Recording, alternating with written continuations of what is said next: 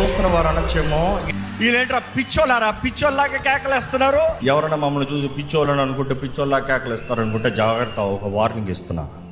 What we are doing here right now is హలాల్. దావీదు దేవుని మందసపు పెట్టి మరలా ఆయన దగ్గరికి వస్తుందని తెలిసినప్పుడు ఆయన ఏం చేశాడు తెలుసా? హలాల్. బట్టలు ఊడిపోయేలాగా రాజు డాన్స్ చేశాడంట, మామూలుడు కాదు. ఆయన వేసిన డాన్స్ కి ఎవరో అలగలేదు, ఆయన సొంత భార్య అలిగిందంట. సిగ్గు లేదా నీకు రాజువై ఉండి పనికర్తల ముందు పిచ్చోళ్ళలాగా డాన్స్ చేస్తాను? దావీదు ఏమైనా ఆన్సర్ ఇచ్చాడా? దేవుడు ఆన్సర్ ఇచ్చాడా? తన జీవిత కాలం తన గర్భాన్ని మూసాడంట. No productivity, no fruitfulness, no blessing. దేవుని స్తుతించి ఆరాధించమని దేవుని వాక్యం తెలియజేస్తాం. మరి దేవుని బిడ్డలు దేవుని కొరకు గంతులు వేస్తామంటే మనుషుడికి మండుతూ ఒరే ఏంట్రా పిచ్చి గంతులు అన్నారు అనుకో, ఊరుకుంటాడా దేవుడు? అందుకనేనేమో చాలా మందికి దెర్ ఇస్ నో ప్రొడక్టివిటీ.